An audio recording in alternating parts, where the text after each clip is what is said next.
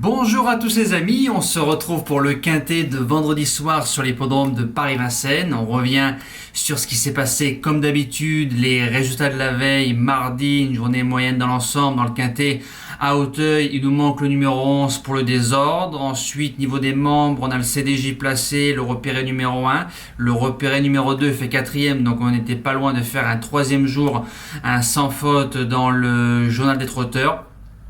Et le course-parcours tout en bas qui était moyen, donc une journée moyenne dans l'ensemble. Concernant les conditions du prix Urania, vendredi soir, quintet départ 20h15, 2700 mètres grande piste, course française, ouverte aux juments, 16 partantes. Sur les 16 partantes, je considère que les 16 peuvent faire l'arrivée.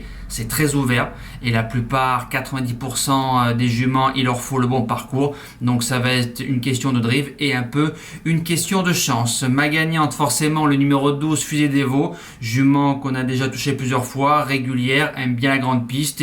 Il lui faut absolument le bon parcours, mais elle a un vrai changement de jambe. Si le driver est inspiré dans un tel lot, je pense qu'elle peut s'imposer.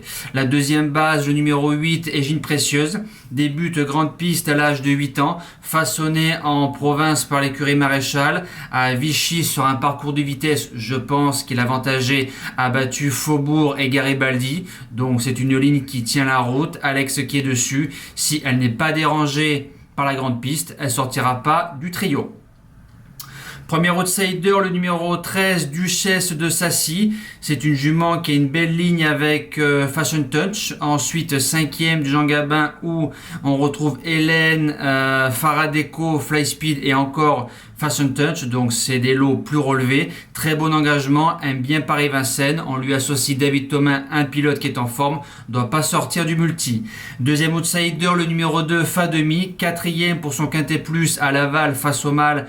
Pour une première, c'était pas mal. Le fameux désordre en 5 chevaux qui a fait du bien pour les joueurs de quintet. Déféré des intérieurs pour l'occasion. Jument qui peut aller de devant. Jument qui est dur. Découvre Vincennes à 7 ans. Moi, j'y crois. En cinquième position, le numéro 11, Flèche Étoile.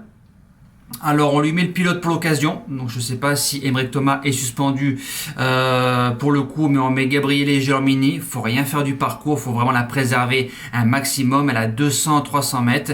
Si le driver est inspiré, pourquoi pas. En sixième position, le numéro 4, Fazenda de Mortray.